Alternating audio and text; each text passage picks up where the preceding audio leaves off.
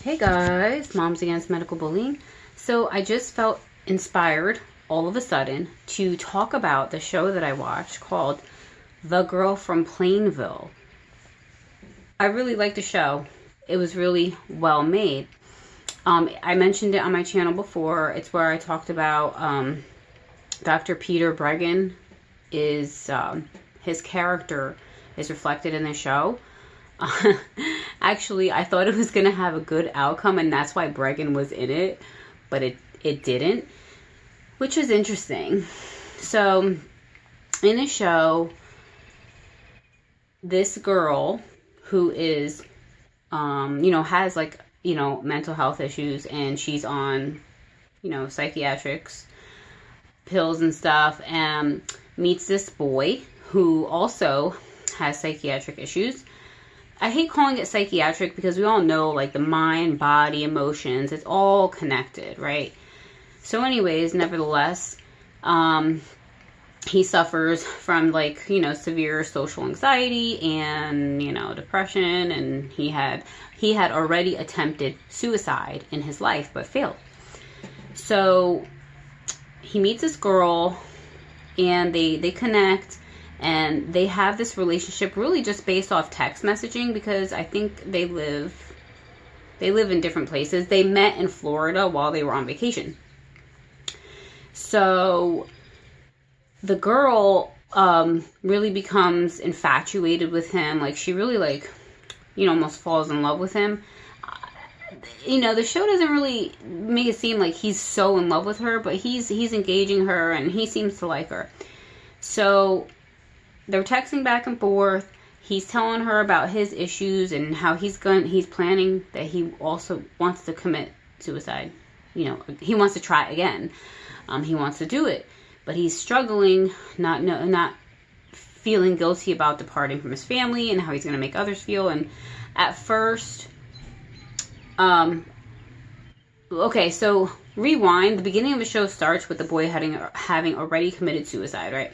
And then it shows that the detective that was on the case went through the kid's text messages and saw the dialogue between this girl and the boy. And then the show kind of plays out with reading that dialogue and kind of playing it out. So at first she encouraged him not to do it and just said, no, you don't want to do that, come on. But it seemed that he kept kind of mentioning it and saying, well, I'm going to do it. You know how people do that? And then you're like, you know what? Just do it, But she kind of went a little bit too far with it, because, I think she should have just stopped talking to him. But she was like, well, then do it. Just do it. You got to do it. It's time. Just do it. So she kind of encouraged him, or what do they call it? Assisted suicide. So she just really, at the end of it all, right before the time of his death, she was like, come on, do it today. Stop, basically stop talking crap and just do it, get it done. And he did it. So unfortunately, these were the final messages that were seen in his text before he did this, before he committed suicide. So they want to convict her of manslaughter. So, yeah.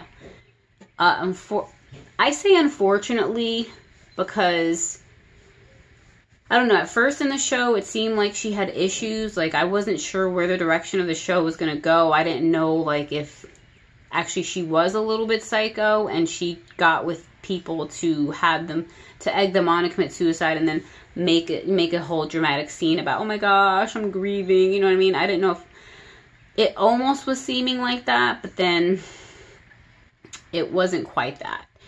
So she just had issues. But she did get convicted for up to 18 months in prison, I think, and then she got released on good behavior. And then after that, the boy's mother, I guess this is based off a true story. The girl's mother was involved in creating a law that made assisted suicide illegal in Massachusetts. This takes place in Massachusetts. And you can get up to 5 years in prison if you're found to be attempted suicide. And this really, like, made me think, because I'm like, man, like, that sucks. It's like, if you're talking to anybody who's texting you and trying to say, like, they're going to do this or that and the other thing, it's like, your best bet, first of all, is either talk to them over the phone or, you know, or talk to them in person. I mean, I'm not saying that I would encourage anybody to tell somebody to do such a thing. I don't think that's right either, but it's like, this girl kind of got dragged in, and she didn't know what the effect, she didn't know that they were going to come back for those texts. She didn't know that she would be convicted. She thought she was just encouraging this boy to keep doing what he said he was going to do. It's kind of like, all right, come on, do what you're saying already. Like, get it over and done with, you know? One of those types of things.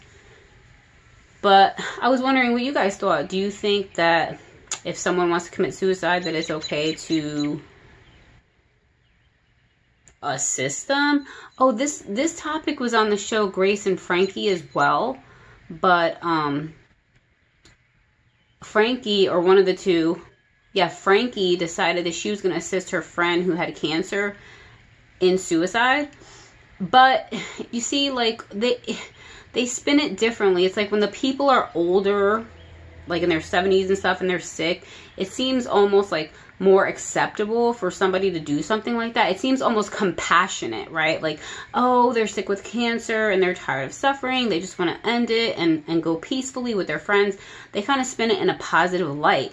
But, you know, then it's kind of hypocritical because they have a young boy. So it's like, see, the age matters. It's not just black and white. Like, the whole context matters. Because now with a, you know, 18 to 23-year-old boy, it's like, oh my God, like, no, let's convict this person of manslaughter because this young person died, and young people shouldn't die. You know what I mean? Like, I think we have stronger feelings towards something like that happening to a younger person than we do toward an older person. It's kind of like, oh, well, they lived their life already, and, you know, they made the decision that they wanted to die.